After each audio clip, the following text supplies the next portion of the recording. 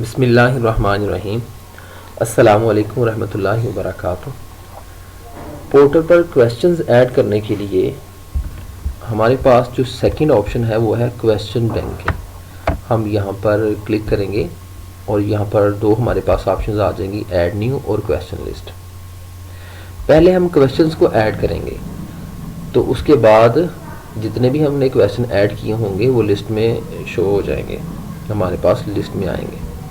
तो पहले हम एक क्वेश्चन ऐड करते हैं। ऐड न्यू पे हमने क्लिक किया और यहाँ पर हमारे पास 5 ऑप्शंस हैं। मल्टीपल चॉइस सिंगल आंसर है, मल्टीपल चॉइस मल्टीपल आंसर है, मैच कॉलम है और शॉर्ट आंसर और लॉन्ग आंसर है।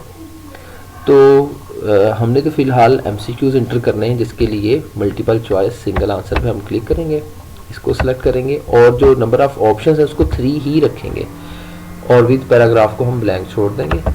नेक्स्ट का बटन प्रेस किया। यहाँ पर आप देखेंगे तो सबसे पहले ना कैटेगरी का ऑप्शन आ रहा है, सिलेक्ट कैटेगरी। तो कैटेगरी से मुराद यहाँ पर हमारी क्लास है, सब्जेक्ट है यहाँ पर। तो यहाँ से मैंने ICS कंप्यूटर सेलेक्ट कर लिया और जो सिलेक्ट लेवल में ये है कि ये क्वेश्चन कितना डिफ़िकल्ट है, इजी है, डिफ़िकल्ट है या नॉर्मल है। तो इसको मैं नॉर्मल रखता हूँ। अब यहाँ पर मैं क्वेश्चन, जो क्वेश्चन का टाइटल है या क्वेश्चन है वो इंटर करता हूँ मैं यहाँ पर।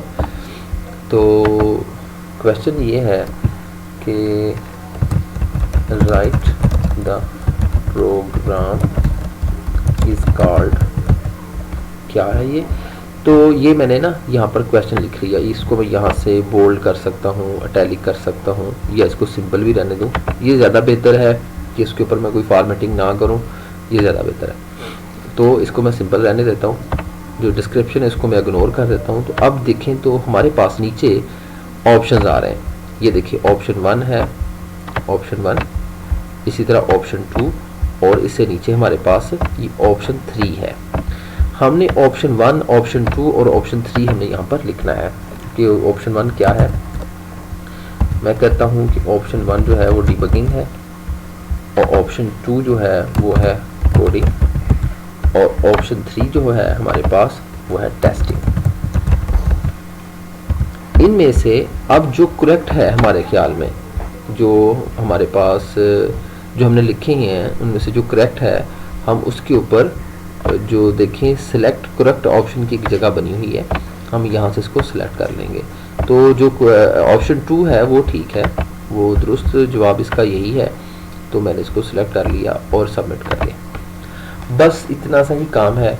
तो अब इतना करने से क्या होगा कि ये देखिए क्वेश्चन ऐड हो गया है और ये देखिए पहला क्वेश्चन हमारे पास ऐड हो गया। क्वेश्चन ये है और यहाँ पर इसकी टाइप बताई जा रही है, ये कौन सी क्लास और किस सब्जेक्ट का है और इसका लेवल कौन सा था, हमने नॉर्मल रखा था।